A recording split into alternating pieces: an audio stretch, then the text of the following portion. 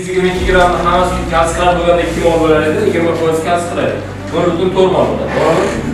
Yaxshi. Eritmasini elektroz qiladigan bo'lsak, kalsiy aktiv metal, xlorid setaholda, kuchsiz setaholda bo'lganligi, kuchli setaholda, kislorodsiz bo'lganligi uchun anodga nima chiqadi? Anodga xlor chiqadi.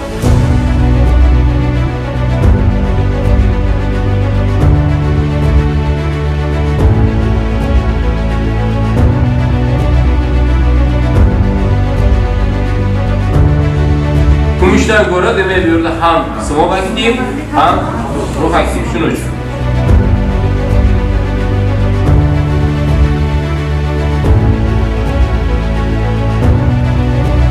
NO8 mol NO2 ni oksidovchi sifatidagi gramm ekvivalent miqdori qancha bo'ladi?